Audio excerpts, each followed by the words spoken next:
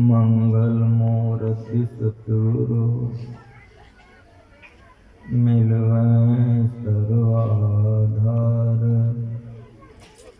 मंगलमय मंगल करन बिनबो बारंबार। ज्ञान उदधिर ज्ञान धन सतगुरु शंकर रूप। नमो नमो बहुवार सकल सुपूजन गो। बंदो गुरुपद कंज कृपा सिंधु नर रूप हरि। महामोह तम पुंज जासु वचन रवि कर निठुर। धन्य धन्य सतगुरु सुखदास महिमा कही न जाय। जो कुछ कहूँ तुम्हारी कृपा मोते कुछ न बचाए। बोलिए प्रेम से एक बार श्रद्धा के साथ श्री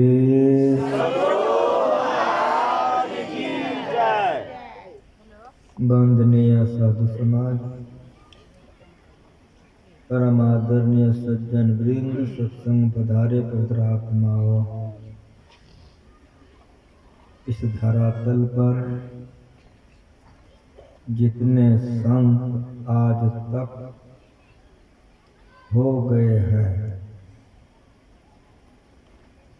सभी संतों ने ईश्वर भक्ति का प्रचार किया है। संतों ने ईश्वर भक्ति का प्रचार क्यों किया? क्या गरज पड़ा उनको जो उन्होंने ईश्वर भक्ति का प्रचार किया? तो जब से यह सृष्टि बनी है, यह सृष्टि नहीं थी, बनाने वाला था, उसी को ईश्वर परमात्मा कहते। जब सृष्टि नहीं थी तो संसार नहीं था।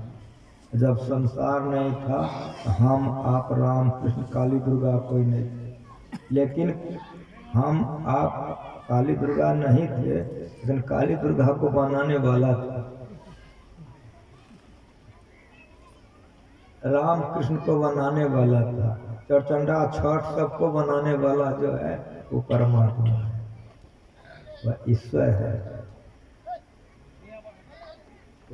यक्ष गंधर्व किन्नर नाग पशु 33 करोड़ देवी देवता को जिसने बनाया है वो बनाने वाला था। परा अपरा कोई प्रकृति नहीं थी, लेकिन प्रकृति को उत्पन्न करने वाला था।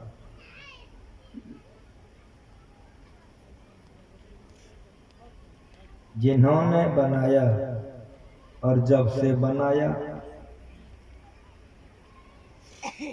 तब से हम लोग मरना जन्मना के चक्कर में पड़ गए। पहले सृष्टि थी ही नहीं। वेद मंत्र प्रभा को सुनवा दिया। जगत प्रसव कर्ता ईश्वर, बड़ी बढ़िया से समझो। 5 जगत है, अस्थो शून्य कारण महाकारण चेतन। कोई जगत नहीं था, चेतन भी नहीं, परा प्रकृति भी नहीं, तो अपरा कहाँ से है? जब अपरा परा नहीं तो राम कृष्ण काली दुर्गा कहाँ होगा? कोई नाम रूप नहीं था, देश काल नहीं था, लेकिन वो था। जिनकी मौज में देश काल बन गया, परा अपरा बन गया, यक्ष गंधर्व किन्नर नाग पशु देवता बन गया। जब से यह सृष्टि हुई तब से हम लोग जन्मते और मरते हैं। ये बड़ा भारी दुख में पड़ गए हैं।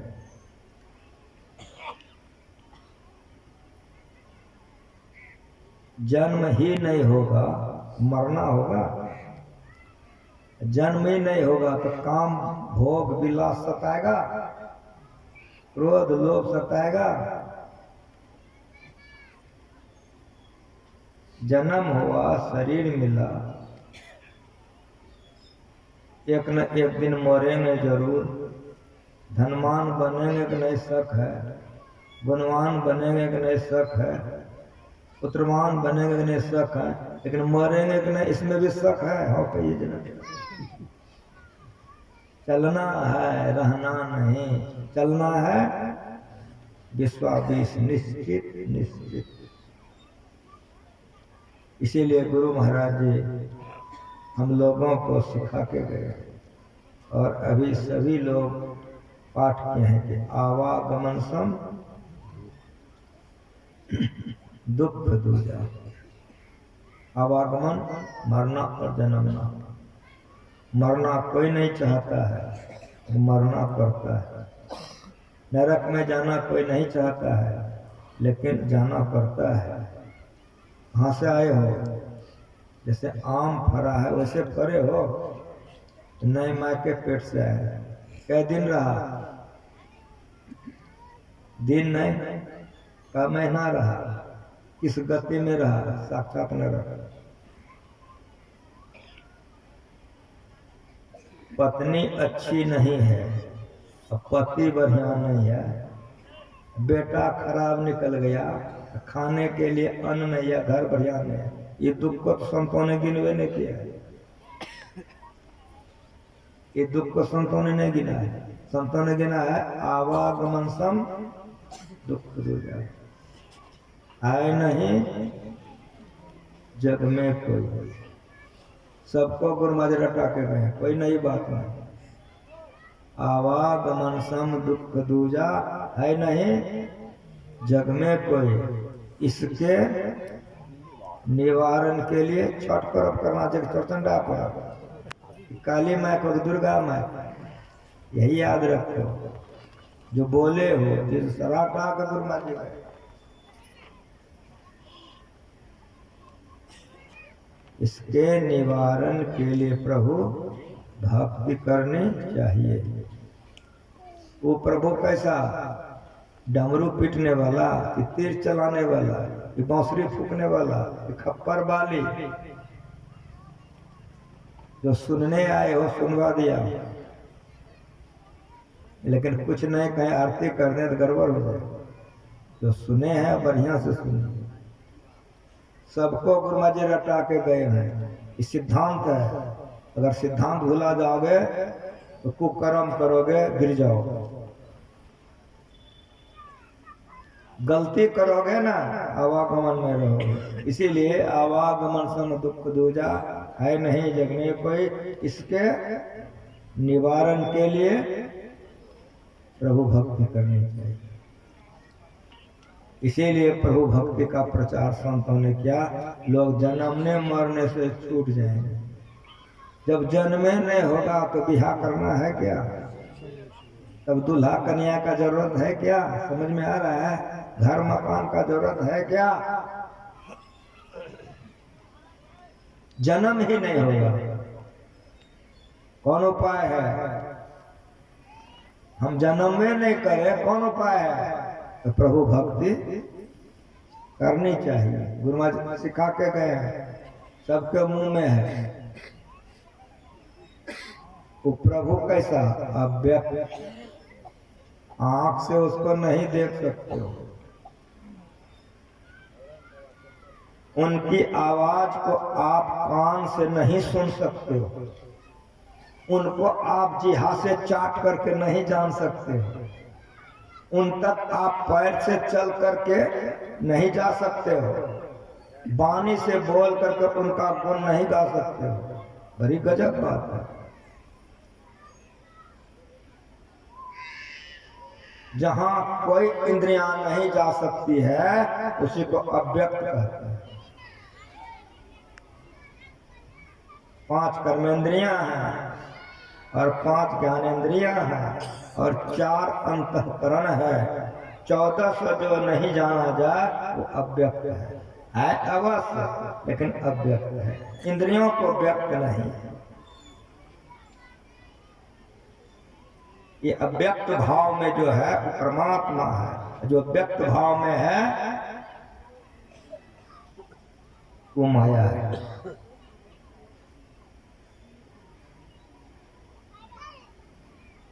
महाभारत की लड़ाई खत्म हो गई और ये गुरु महाराज जी का प्रवचन, पांडव लोग राजा बन गए। मन नहीं लगने लगा। युधिष्ठिर जी रो रहे थे, वेदव्यास प्रकट हो गए। कहा वत्स क्यों रोते हो? कहा मन नहीं लगता। कहा यज्ञ करो। कहा धन नहीं है, धन में तो बहुत यज्ञ चाहिए, धन चाहिए। कौरव लोगों ने इतना खर्चा किया है, कोष में 1 कौड़ी नहीं, 1 पैसा नहीं, सब वो लोग लुटा दिया है। और हम लोग तो दूसरे राजा से सहायता लेके लड़ाई किए हैं। जब के लिए तो बहुत धन चाहिए। वेदव्यास ने कहा कि चलो मेरे साथ। एक पहाड़ पर ले गया, दिखा दिया, अनुष्ठान करो, पदाई करो। राजा मरुत ने यज्ञ किया था, ब्राह्मण लोगों को दान दिया, उठो के नहीं ले जा सका, कर गया। कह करके वे चले गए। इन लोगों ने कोरा, हीरा, मोती, जवाहर लाल, पन्ना, सोना का अजने मिल गया, धर के भर लिया, जग किया। ये कथा कहकर गुरु महाराज ने कहा, जो गुरु महाराज जी के प्रवचन सुने हो तुरंत याद आ जाएगा कि बाबा जी क्या सुना रहा। अभी भी छपी हुई है, पढ़ना चाहिए। और गुरु महाराज जी के प्रवचन में दुनिया के संसार के सारे संतों का ज्ञान भरा पड़ा है। कुछ पढ़िए नहीं पढ़िए, गुरु महाराज जी का प्रवचन पढ़िए, सब समझ लीजिए। गुरु महाराज जी ने कहा वेदव्यास के लिए वह धन व्यक्त था, वेदव्यास के लिए वह धन व्यक्त था, लेकिन पांडवों के लिए अव्यक्त था। पांडवों ने वेदव्यास के वचनों पर विश्वास किया, अनुष्ठान किया, खुदाई के धन मिल गया। उसी तरह से संतों के और गुरुओं के वचनों पर विश्वास करो, अनुष्ठान करो और उनके चलाए रास्ते पर चलो, तो परमात्मा रूपी धन अंदर में मिल जाएगा। जो अव्यक्त था वो व्यक्त हो जाएगा। वह परमात्मा 14 इंद्रियों में से किसी इंद्रियों से आप नहीं जान सकते हो। जान सकते हो, मन से नहीं जान सकते हो। इसीलिए जो मन से मनन किया जाता है वो ब्रह्म नहीं। जिस देश कालावच्छिन्न वस्तु की लोग उपासना करते हैं वो ब्रह्म नहीं है, प्रभा का संवाद दिया। वो मन से मनन नहीं किया जा सकता। तब जो मन से मनन किया हुआ कहा जाता है, उसी को तो ब्रह्म जान।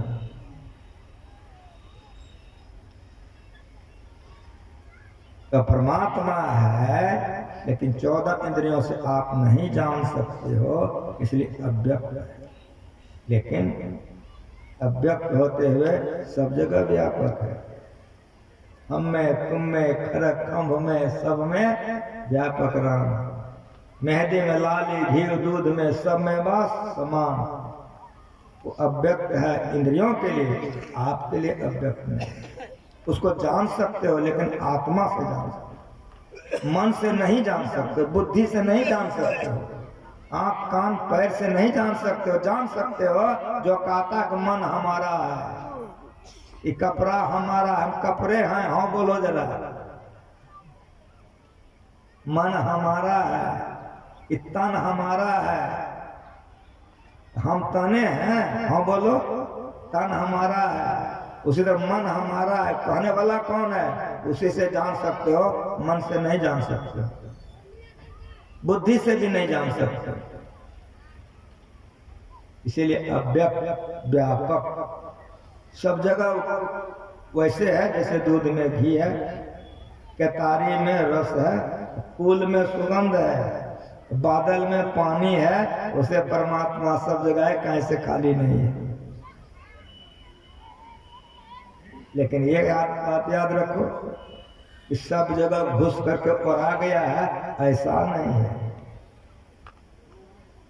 सब जगह घुस करके खत्म हो गया है, ऐसा नहीं है।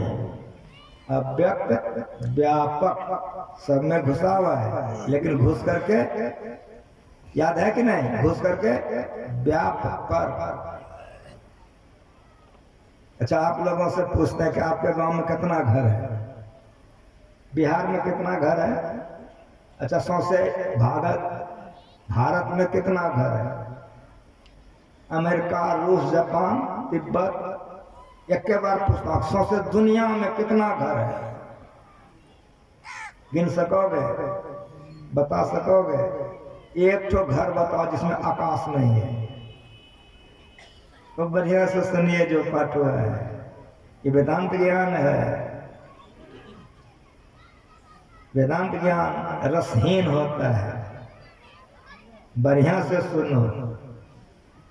सौंसे दुनिया में जितना मकान है, गाय है, भैंस है, आदमी है, गाछ है, वृक्ष है, जो भी चीज है, बताओ एक घर ऐसा बताओ जो आकाश नहीं है। दुनिया में ऐसा घर हो सकता है जिसमें आकाश नहीं हो? नहीं होगा। मन में आ रहा है ना, तो दुनिया के सारे घरों में आकाश घुसा हुआ है। मानोगे कि नहीं मानोगे? मुसलमान मानेगा कि नहीं? दुनिया का कोई मत वाला है खंडन कर देगा? दम नहीं है। सारे विश्व को एक करके रखने के लिए संत मत है, सारे संसार को एक करके रखने के लिए संत मत है। कोई खंडन नहीं कर सकता है, किसी कलेजे में दम नहीं होता। संसार के जितने घर हैं सभी घरों में आकाश है कि नहीं? हो गया, हाँ है। तो सब घर में आकाश घुस के आकाश खत्म हो गया है, हाँ बोलो जरा। कितना बचा हुआ है बता नहीं सकते हो। उसी तरह वह परमात्मा हम में, तुम में, खरक हम में, सब में घुस करके व्यापक है, लेकिन खत्म हो गया ऐसा नहीं है। व्यापक पर जो राज थे सबके परे, उस आज तक जन्म नहीं लिया है। यदि जन्म लिया उसका पूजा कर रहे हो तो जन्मोगे मरोगे। कहे कि जो जन्म लिया मरवे के है, तो तुम भी जन्मोगे मरोगे। साफ साफ सुनो, कोई नई बात नहीं। जो गुरु में सिखा के गए अगर सीख लोगे तो दुर्गति से बच जाओगे, मालिक की ओर जाओगे। मालिक की ओर जाते जाते मालिक बन करके मालिक हो जाओगे। ये ज्ञान मालिक सिखा के गए। उस आज अनादि उसका शुरुआत नहीं है।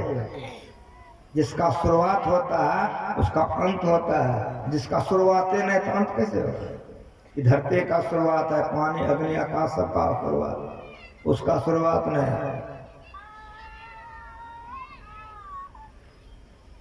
आज अनादि, उसका आदि नहीं है। जिसका आदि होगा उसका अंत हो जाएगा। इसलिए परमात्मा कैसा है? आदि अंत रहित है, इसलिए असीम है। इसलिए असीम है, कहीं सीमा नहीं। सुनिए, एक बात याद आ गई। ये ज्ञान का प्रचार गुरु महाराज बड़ी कष्ट से किए हैं। देश विदेश तक गुरु महाराज जी प्रचार किए हैं।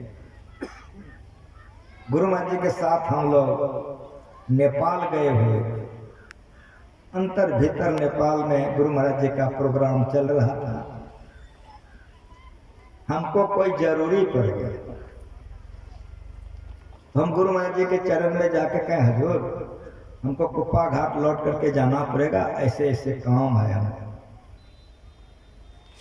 गुरु महाराज जी ने कहा कि ठीक है सोचे हो, तुम जाओ, राम लगन को बुखार लग गया है। राम लगन बाबा गुरु महाराज जी के सेवा में थे, बाल ब्रह्मचारी, इसी जगह बगले में सकरोवर के बगले में बसा है जहाँ उनका घर था। बचपने में उनकी माँ बाप मर गए थे, उनके बड़े पिताजी ने पोसा था, तो बाल ब्रह्मचारी थे, साधना में बहुत ऊंचे उठे हुए। संशय साईं बाबा ने अपने से मुँह से कहा था कि राम लगन ध्यान में हमसे आगे है। साईं बाबा तो आप लोग जानते हैं, उसी के क्षेत्र में अभी हम हैं। नागो बाबू हमको 67 ईस्वी में ध्यानाभ्यास हुआ था, तो नागो बाबू से परिचय हुए थे और बरकन बाबू से परिचय हुआ। उस समय बरकन बाबू 67 का बात सुना रहा। तो नागो बाबू ने कहा था कि बाबा हमारे क्षेत्र में आएंगे, मिलिएगा। तो नागो बाबू को पता होता कोई होगा, आप इस क्षेत्र के लोग हैं। और उस समय में बरकन बाबू थे या अवध किशोर साहब। 71 में जब व्यवस्थापक साहिब बाबा बन गए, गुरु महाराज जी से जब उन्होंने गिरवा लिया, तब गुरु महाराज जी ने कहा आपका नाम था अवध किशोर शाही, आज से आपका नाम हो गया शाही स्वामी।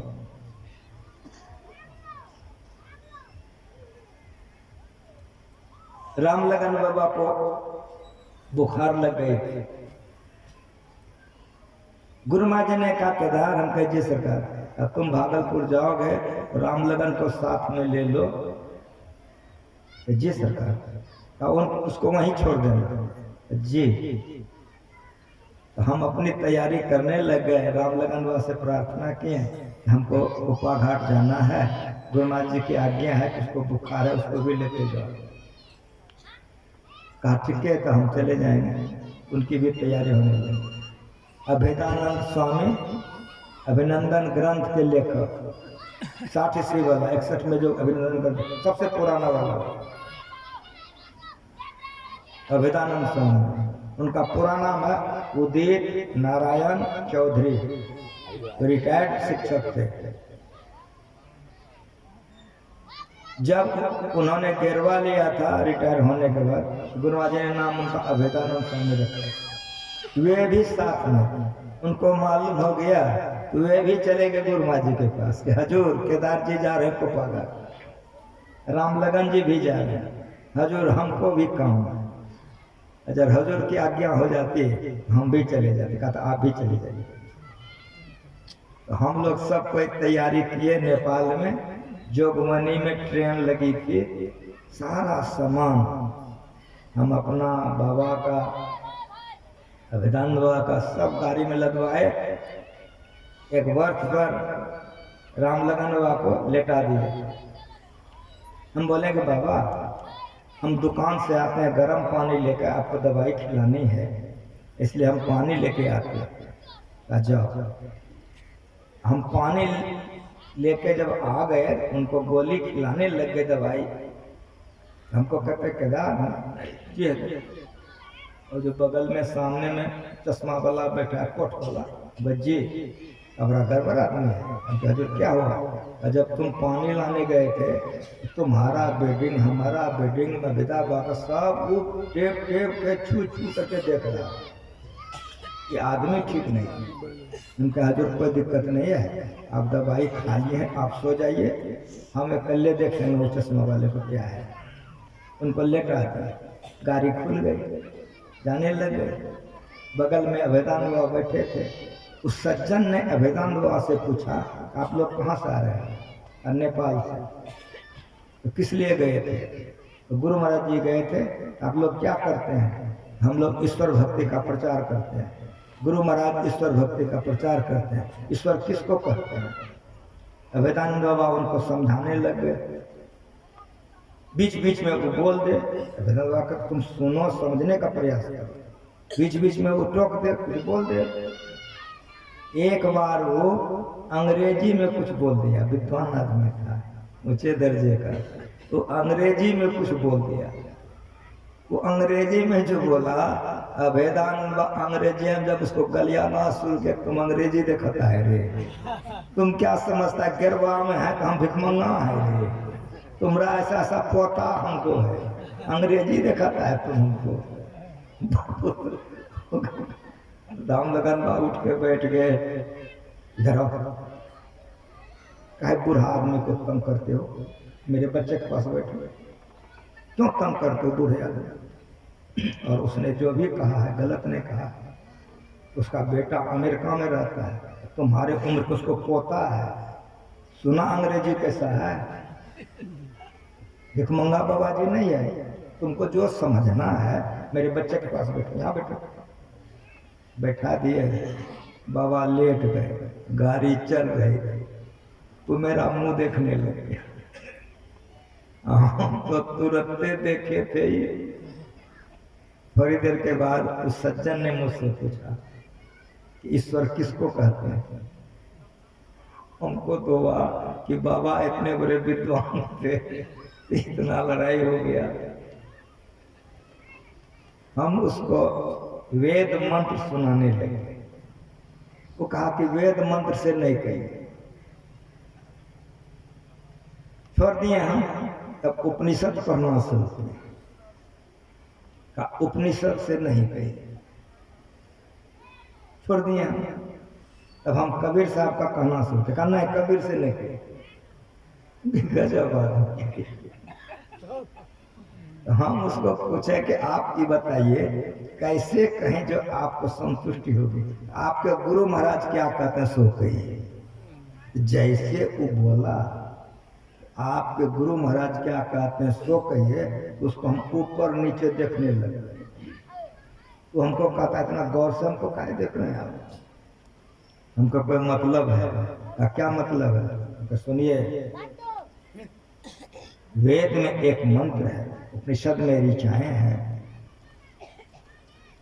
गीता में एक श्लोक है, कबीर साहब में एक साखी है, तुलसीदास ने एक चौपाई लिखा है। लेकिन हमारे गुरु महाराज जी ने उस ईश्वर के लिए एक ही शब्द कहा है, इसलिए आप समझ नहीं सकेंगे।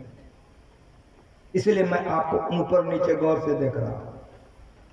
आप गुरु महाराज का ही कहिए, हम कहें मैं आपको फिर कहता हूं, आप नहीं समझ सकते।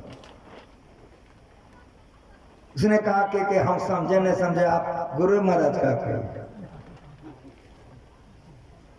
हम कहे कि हमारे गुरु महाराज उस ईश्वर के लिए कहते हैं जो परम तत्व। बोल दिए, गाड़ी जा रहे, अब हमारा मुंह देख रहा है, हम उसका मुंह देख रहे हैं। थोड़ी देर के बाद वो कहता है जो परम तत्व क्या हुआ। हम कहे जो आदि अंत रहित है। गाड़ी जा रही है, हमारा मुंह देख रहे हैं, बोलबे नहीं करे। फिर थोड़ी देर के बाद कहता है आदि अंत रहित है, क्या हुआ। उनका जो असीम है। अब तो बोर हो गया वो, इसके आगे हम बोलबे नहीं करें। फिर वो बहुत हिम्मत बना करके कहता है क्या असीम है, हम जो अजन्मा है। आगे हम बोलबे नहीं करें। तब बहुत बोर हो गया वो, उसका मुंह छोटा हो गया। तब मेरे मन में कि ज्यादा बोर कर देंगे तो गड़बड़ हो। हम क्या आप इसको समझना चाहते हैं? उस सज्जन ने कहा कि हाँ। हम कहा हमारी बात आप मानेंगे? कहा हाँ। तुरंत हम कागज निकालने पॉकेट से, पेन उसको दे दिए।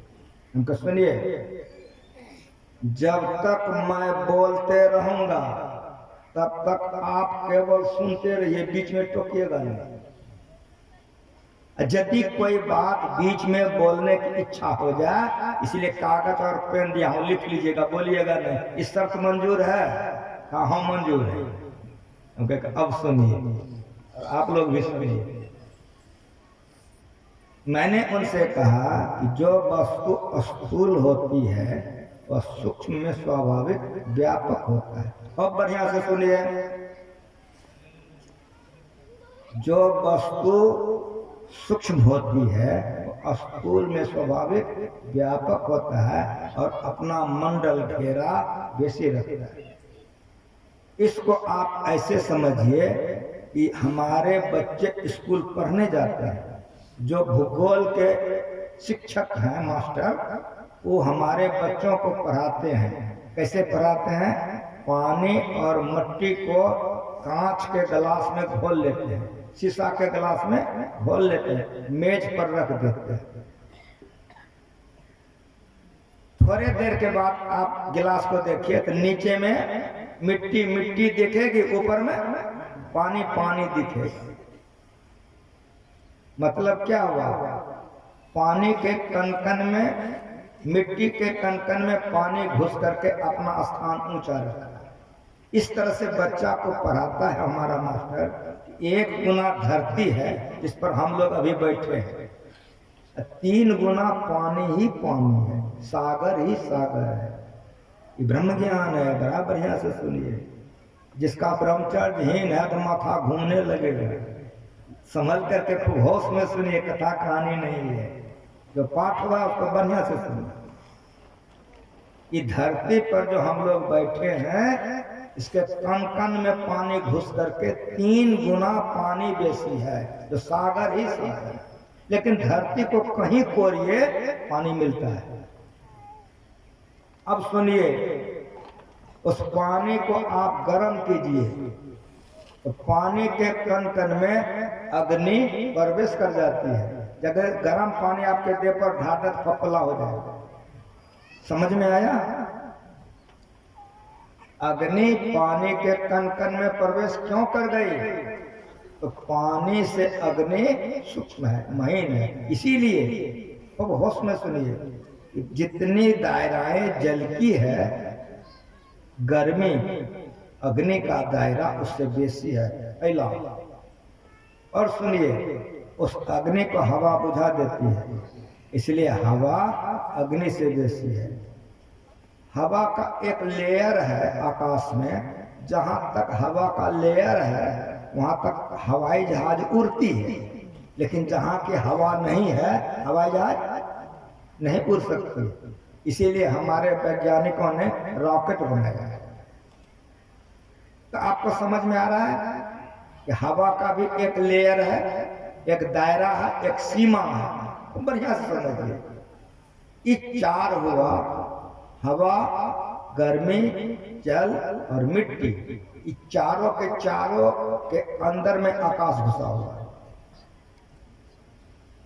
आकाश तत्व इन चारों तत्वों से महीन है, बारीक है, सूक्ष्म है। इसीलिए आकाश तत्व इन चारों में व्यापक होकर अपना दायरा सबसे ऊंचा रखा है, जो कढ़ैया की तरह लटका हुआ दिखता है, लेकिन ओरे छोरे समझ में नहीं आता है।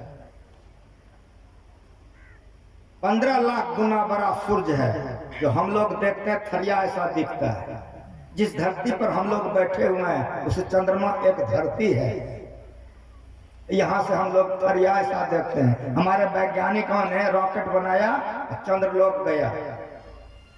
जब चंद्रमा पर हमारे वैज्ञानिक लोग उतरे तो वहां से मट्टी लेकर के आए और उन लोगों ने घोषित कर दिया कि यदि यहाँ धान गेहूं घट जाएगा तो वहीं उपजा करके ले आएंगे। कहने का मतलब मेरा समझ में आ रहा है? जब हमारा वैज्ञानिक चंद्रमा पर उतरा, ये धरती हरिया ऐसा दिखती थी जैसे हम लोगों को चंद्रमा हरिया ऐसा दिखती। इस आकाश में चंद्रमा, इस आकाश में सूर्य है। और सुनिए, जितने तारेगण आप देख रहे हैं सब एक एक लोकांतर है।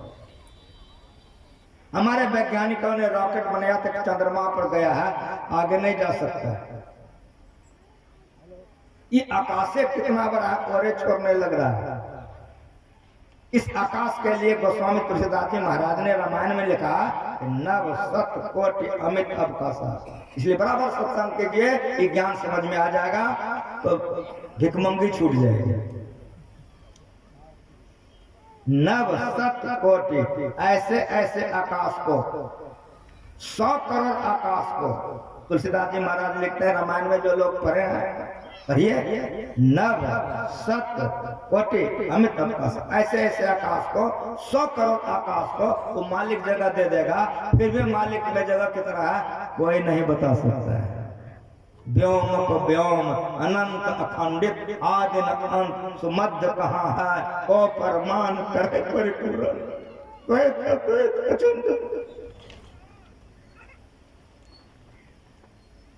हृदय थक जाएगा, रोकी जी। इसको समझ लेने पर अचल विश्वास पूर्ण भरोसा हो जाएगा। नहीं समझोगे घंटा इधरो घंटा उधरो करते रह जाओ।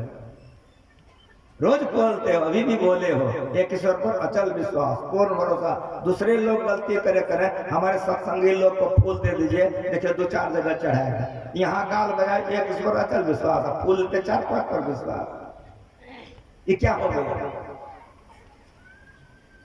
गाल तो बजाते हो, समझते नहीं हो। घर में कोई 1 गो पत्नी है, बाहर में 3-4 गो पत्नी। घर में कोई 1 गो पति, बाहर में 5 गो पति। कुछ समझ में आ रहा क्या बोल रहा हूँ? बेविचारनी लड़की को सदगति नहीं होगी, उधर बेविचारी लड़का को सदगति नहीं होगा, उधर बेविचारी भक्त को मोक्ष कभी नहीं मिलेगा जब तक एक ईश्वर पर अचल विश्वास नहीं होगा। क्यों नहीं होता है? नहीं जानते हो। जानोगे कैसे सत्संग करो? ये आकाश देख रहे हो, ऐसे ऐसे आकाश को, 100 करोड़ आकाश को मालिक जगह दे सकता है, तैयो कितना है बताया नहीं जा सकता। ये आकाश का ही और छोर समझ में नहीं आता है। हम लोगों का मन है कि नहीं है? खूब बढ़िया से सुनिए, हम लोगों का मन है कि नहीं है? मन और आकाश में देखिए एक महीन कौन है, मोटा कौन है। आप लोग अपने घर से सत्संग में आए हैं, मैंने जैसे घर बोला, आप लोग अपना अपना घर गए, चले आए, मन गया आकाश में चला आया। क्षमा करेंगे आप लोग सदगृहस्थ है, शादी ब्याह हुआ है, ससुराल गए हैं कि नहीं कभी? जैसे ससुराल नहरा बोले तो मन नहरा गया, ससुराल गया, आ गया। कुप्पा घाट गए हैं आप कभी? तो मैं जैसे कुप्पा घाट बोला, कुप्पा घाट मन गया, मन आ गया। कुछ समझ में आ रहा है? हम समझाना क्या चाह रहे हैं? हम समझाना चाह रहे हैं कि आकाश में मन गया और आकाश से मन आ गया, लेकिन आप अपने मन में आकाश को घुसाइए, घुसता है? क्यों नहीं? मन महीन है इसलिए घुस गया। आकाश मोटा है, मतलब आकाशे का और छोर समझ में नहीं आ रहा। तो मन का जो मंडल होगा वो छोटा होगा कि बड़ा होगा, सो बताओ। इस सुनने के लिए आया, इसके लिए मंच बना है। वेद प्रवाद यहाँ, उपनिषद प्रवाद यहाँ, कबीर साहब का प्रवाद यहाँ, नानक साहब का प्रवाद यहाँ, गुरु जी का प्रवाद यहाँ। खूब बढ़िया से बताओ, आकाशे का और छोर समझ में नहीं आ रहा है। आकाश से मन महीन है, सूक्ष्म है, तो मन का जो मंडल होगा, मन का जो दायरा होगा, मन का जो विस्तार होगा, वो आकाश से बड़ा होगा ना। और मेरी बात आप सुनिए, आप लोग पंडाल में बैठ गए हैं, वेदांत ज्ञान बड़ा निश्चित है, लेकिन हंसते खेलते समझिए, खाली कथा कहानी के लिए अखिल भारतीय जिला वार्षिक गुरु जी ने नहीं कराया। अखिल भारतीय जिला वार्षिक जब होता था तो हमारा बंगला कीर्तन पार्टी जाता था। हजूर आज क्या पाठ करेंगे? आज ईश्वर पर, तो गाता था, अखंड मंडलाकारे व्याप्त जिनि चराचर। एकदम खोल बोला देता था, लोग गदगदा के डेरे बजे से अखिल भारतीय शुरू हो जाता। हमारे फूलचंद बाबा इसी इलाके के थे। हजूर पाठ क्या करेंगे? भजन क्या गाने? ईश्वर पर गाना। जब संशय बात है, हजूर की पाठ करो, ईश्वर पर कहिए। जब समझाते थे ईश्वर पर, आरती के पहले भजन ईश्वर पर, एक विषय को गुरुमा समझाते थे कि लोग ठीक ठीक समझ जाए। कंटा ये हो, कंटा वो हो, ये गुरुमा जी नहीं करते। अगर करते थे छोटे मोटे सत्संग करते थे कि लोग समझ। बहुत बढ़िया से समझिए, आकाश से मन महीन है, आकाशे का और छोर नहीं लगता है, तो मन का जो मंडल होगा आकाश के मंडल से बड़ा होगा। कहिए हाँ। मन पर बुद्धि शासन करती है। अगर मन पर बुद्धि नहीं शासन करे तो रास्ता पैरा तुरंत, लात जूता तुरंत लग जाएगा। मतलब क्या हुआ? मन से बुद्धि श्रेष्ठ है, मन से बुद्धि महीन है, मन से बुद्धि सूक्ष्म है, मन से बुद्धि बारीक है, इसलिए मन पर बुद्धि शासन करती है। सत्संग में बैठे हो, जूता खोल के नहीं बैठे हो, सब आदमी आरती होगी ना, निकलोगे ना, आपके बगल में जूता है तो नया पैर घुस गया, पिन के देख तो नए जूता है, गोर में हो गए, तो मन कहता लेके चल, बुद्धि कहते जूता वाला देगा जूतो देगा।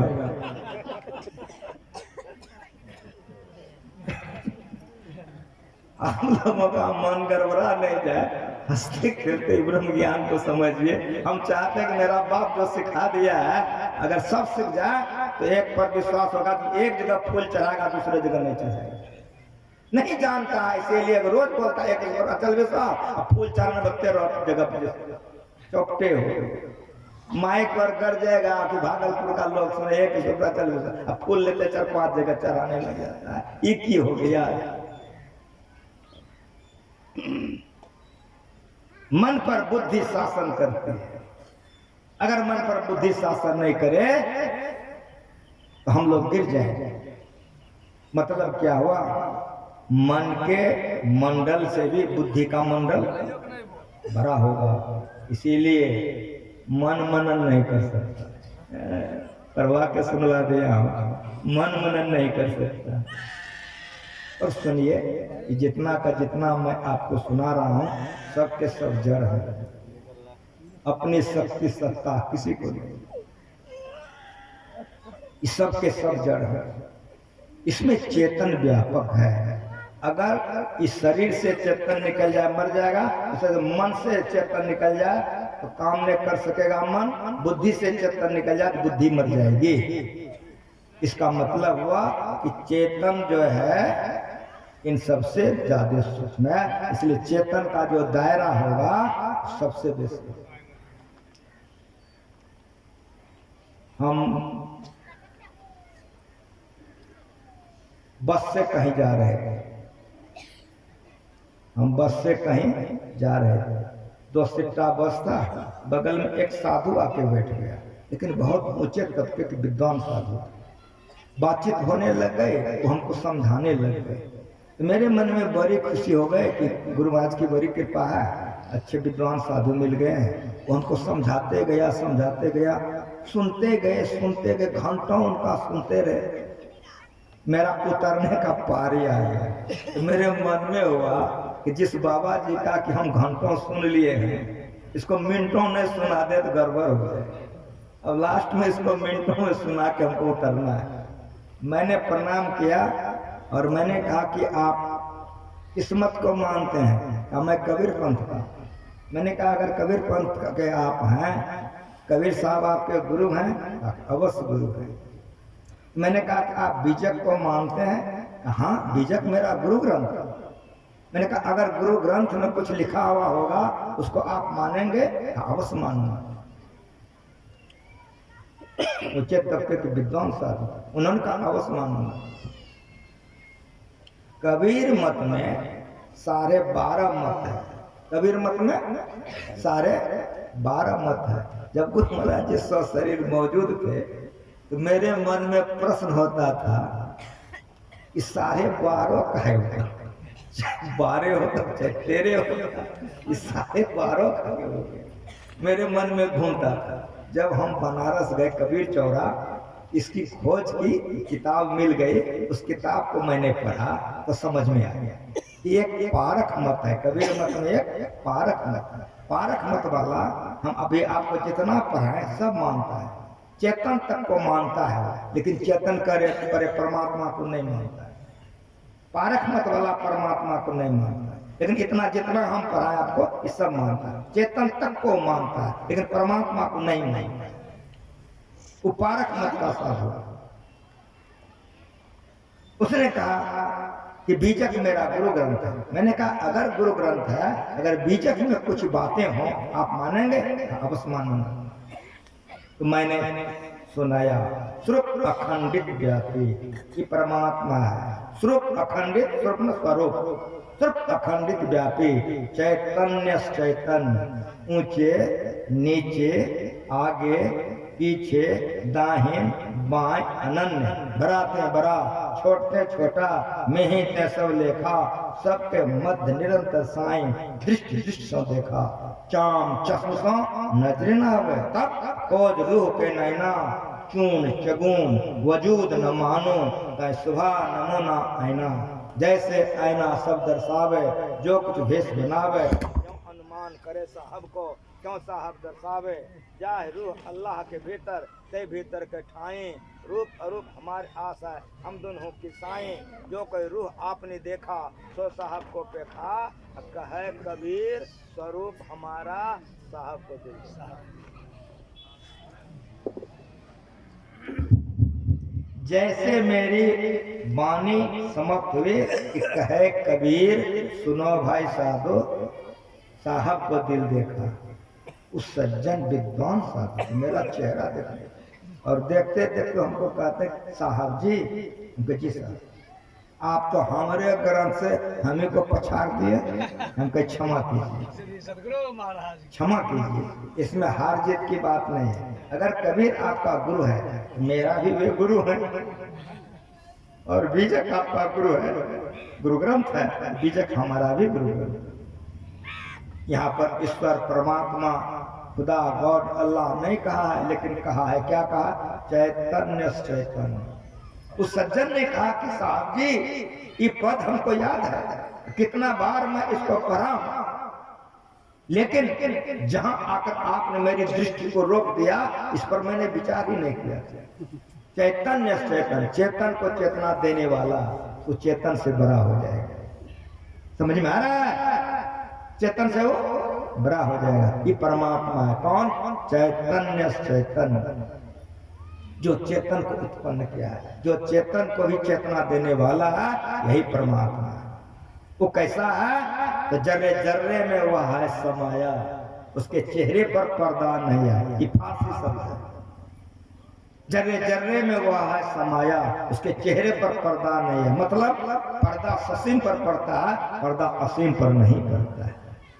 ये परमात्मा, ये परमात्मा चेतन के कण कण में, समय अवसाधारणी मूल प्रकृति के कण कण में, कारण के कण कण में, सूक्ष्म के कण कण में, स्थूल के कण कण में, सब में यह परमात्मा व्यापक। कहीं से वह तिल भर खाली नहीं है। और परमात्मा जिधर देखिए परमात्मा ही परमात्मा है। पानी बीच में प्यासे, मैं सुन आवत हंसे। मछली के चारों तरफ क्या है? जल्दी बताओ। पानी ही पानी। इधर हम लोगों के चारों तरफ परमात्मा परमात्मा है, अपरमात्मा परमात्मा चिल्ला रहे हैं। पानी बीच में प्यासी, मैं सुन आवत हंसी। इतना मैंने कहा, उस सज्जन उठ के खड़े हो गए। रेलगाड़ी में हम थे, भुला तो नहीं गए आप लोग? उस सज्जन उठ के खड़े हो गए, हाथ जोड़ के कहा बाबा 1 मिनट चुप हो जाइए। नहीं चुप हो गया। अब मैं सुना था तो परमात्मा हम में, तुम में, खरक हम में है। सुना था, बचपन से सुना था, लेकिन बाबा समझ नहीं सका। आज आपने मेरी आंखें खोल दी। अब तो मैं रेल देख रहा हूं तो लगता है उसी में परमात्मा है। जनानी देख रहा हूं तो लगता है इसी में परमात्मा है। आपको देख रहा हूं तो लगता है इसी में परमात्मा। जो परमात्मा सर्वत्र है ही, व्यापक है, दिखता क्या है। रोने लगे और कहा कि बाबा मैं सीआईडी विभाग का सबसे बड़े अफसर, आप लोगों को सामान दे करके तस्कर वाला समझ करके पीछा किया था पकड़ने के लिए, लेकिन आप लोग तो भारी तस्कर वाले निकल गए। हमारी ड्यूटी 3 स्टेशन था, लेकिन मैं आपके प्रेम बस 7 स्टेशन पार कर गया। अब कहिए कि मैं गवर्नमेंट का मुशाहरा खाता हूँ, आपके साथ चलूं या मुशाहरा देखिए क्या करूं? बाबा को उठा दिया, रामलखन बाबा को चरणों में प्रणाम किया। कहा कि बाबा इनसे मैं समझकर खुश हूँ, मैं तो अफसर हूँ। बाबा हमारा 3 स्टेशन तक था, कहिए क्या करूं? कहा रोते क्यों? कहा बाबा बेचैनी हो रही है। कहा क्या बेचैनी हो रही है? कहा परमात्मा सर्वत्र है, जनानी में, मर्दाना में, खम्मा में, गाय में, भैंस में, फिर दिखता क्यों नहीं है? इसीलिए बेचैनी हो रही है, इसीलिए रो रहा है। ये समझा दीजिए। कहा यही बच्चा समझाएगा, लेकिन जैसे 7 स्टेशन लगा तुमको समझने में, तो फिर बाइक को कैसे 7 स्टेशन जाना पड़ेगा। लेकिन तुम गवर्नमेंट का दरमाहा खाते हो, बहुत दूर आ गए हो, लौट जाओ। हम लोग भागलपुर कुप्पा घाट में रहते हैं। वो परमात्मा कैसे पाया जाएगा? अगर तुमको ये जानना बहुत जरूरी है तो कभी तुम लोग भागलपुर आ जाना, हम लोग वहीं रहते हैं। वहां जब आ जाओगे तो पाने की जो विधि है वो तुम समझ जाओगे। चरणों में प्रणाम किया, अभिदान बाबा को आके पैर पकड़ लिए, बड़े गर्म थे तो बड़े मुलायम भी थे, तुरंत छाती से लगा। बाबा क्षमा कर दीजिए, आपने कहा था कि आप कैसे पोता है, अब सबको पोता है, हमसे जो गलती हो गई तो पोता समझ के क्षमा कर दीजिए। पीठ थपथपा दिए बाबा। बाबा बोले कि मैं खुश हूँ, आप समझ तो गए ना, जाइए प्रणाम करके उतर गए। रोज हम लोग पढ़ते हैं, अभी भी हम लोग पढ़े एक ईश्वर पर अचल विश्वास, लेकिन विश्वास होता क्यों नहीं है? तो ब्रह्म ज्ञान सुनने आप लोग आए हैं, ब्रह्मचर्य का पालन कीजिए, मेधा शक्ति होगी, ये ज्ञान सुन के समझ सकेंगे तो कर सकेंगे। अगर मेधा शक्ति नहीं होगी ये ज्ञान नहीं समझ सकेंगे। जब समझ ही नहीं सकेंगे तो करेंगे क्या? कहीं हम समझ गए हैं तो प्रमाण आपका है कि जो आप 5 जगह चढ़ाते हैं तो आप नहीं समझे हैं। हम उस दिन समझ जाएंगे जब एक जगह आप प्रणाम करेंगे तो हम समझ जाएंगे कि आप ईश्वर स्वरूप को ठीक ठीक समझ गए। गंगा जी कहाँ से निकली है आपको पता है? गौमुखी से गंगा जी निकली है। गंगा जी कहाँ से निकली है? गौमुखी से। तो गौमुखी से गंगा जी हरिद्वार आई, हरिद्वार से बिहार में आकर खूब चौड़ी हो गई और बिहार से जाकर के बंगाल के खाड़ी में जाकर के समुद्र में मिल गई। तो गौमुखी से लेकर बंगाल की खाड़ी तक गंगा जी है। कितने घाटे हैं गिन सकोगे? नहीं गिन सकोगे, बहुत घाटे हैं। तो मैं आपको कहता हूं कि भागलपुर के गंगा जी में नहा लिए हो, भागलपुर के गंगा जी में नहा लिए हो, मुंगेर की गंगा जी छूट गई ना? हाँ बोलो जब नहीं ना। उसी तरह जब एक ईश्वर अचल विश्वास होगा, एक जगह प्रणाम करोगे दूसरे जगह प्रणाम नहीं करोगे, एक जगह फूल चढ़ाओगे दूसरे जगह नहीं चढ़ाओगे। जो पतिव्रता स्त्री होती है एक तो दूसरे तरफ मन नहीं लगाती है, जो एक पत्नी व्रत निष्ठ होते हैं वो दूसरे पत्नी की तरफ नहीं देखते। उसी तरह से मेरे तो गिरधर गोपाल दूसरों ने एक ईश्वर पर अचल विश्वास पूर्ण भरोसा। इस पर गुरु महाराज जी एक कथा कहते थे, सुना देता हूँ फिर आरती हो जाएगी। पाएंगे कैसे? पिछली बढ़िया सुनाएंगे, अभी जो उठा देंगे चौपटे हो जाएगा। सबका मुंह हम देख रहे हैं, हमारा मुंह आप लोग देख रहे हो तो हम भी आप लोगों का देख रहे हैं। कोई घड़ी देखने का लग गया, कोई ठोर चाटने लग गया, हम समझ के भूख लग गया। इसीलिए हम अब पाने का विधि हम पिछली बढ़िया बताएंगे। वह ईश्वर के लिए गुरु महाराज जी कहते थे एक रानी को एक राजा को 3 रानियां थी। एक राजा को 3 रानी थी। राजा जाने लग गया विदेश। जब राजा विदेश जाने लग गया तो बड़ी रानी के पास आकर के कहा कि मैं विदेश जा रहा हूं, आपके लिए क्या क्या लाऊंगा। तो बड़की रानी लिख लिख करके ये तो पुर्जा पकड़ा दे, ये सब सामान लेते आइए। बिचले के पास गए, उसने भी लिख करके दे दिया, ये सब लेकर के आइएगा। जब छोटकी के पास गए तो छोटके पलंग पर से उतर करके बैठाई, हाथ जोड़ कर बोले आपका आना कैसे हुआ? कहा मैं विदेश जा रहा हूँ, इसीलिए तुमसे मिलने आया हूँ कि तुम्हारे लिए क्या सब लाऊंगा। छोटकी रानी ने कहा प्रजा आपकी पुत्र के समान है, आप प्रजा के काम से विदेश जा रहे हैं। मैं ईश्वर परमात्मा से प्रार्थना करती हूँ आपका यात्रा मंगलमय, शुभ शुभ आप जाइए और शुभ शुभ चले आइए। छोटकी रानी ने विदा कराया। राजा विदेश गया, सारे सामानों के साथ स्वदेश लौट गया। एक पृष्ठ दे दिया जो बड़की को सिपाही सामान लेके गया पहुंचाने, और दूसरा पुर्जा दे दिया जो मंझली के पास पहुंचाने गया। राजा खुद का खुद छोटकी के पास चला गया। बोलो ज्यादा मजा किसको हुआ?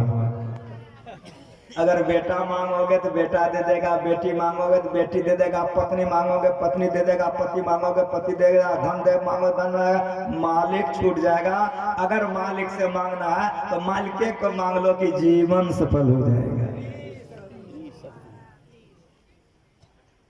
ईश्वर से मांगना हो तो धन मत मांगो।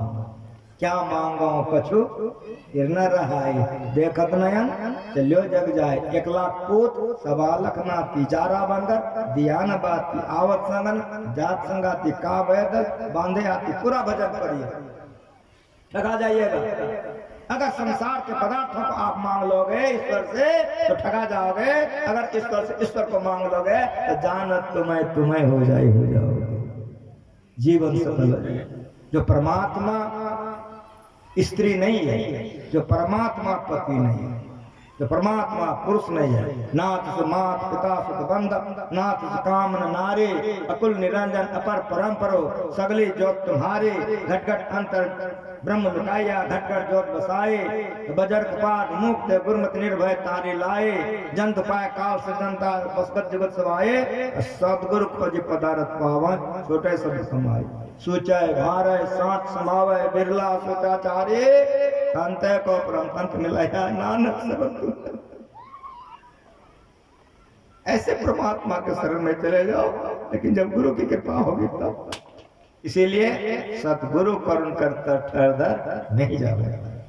ईश्वर स्वरूप को समझ करके जो ईश्वर का भक्ति करते हैं उसका आवागमन का चक्र मिटता है। इसीलिए ईश्वर स्वरूप को समझना सारे भक्तों के लिए जरूरी है। अपने इष्ट के आत्म स्वरूप का निर्णय जो भक्त नहीं जानता उसकी भक्ति कभी पूरी नहीं होती है। जो अपने इष्ट के आत्म स्वरूप को जान करके अपने इष्ट के आत्म स्वरूप को प्राप्त कर लेता है, आत्म स्वरूप को प्राप्त करके मोक्ष को प्राप्त कर लेता है।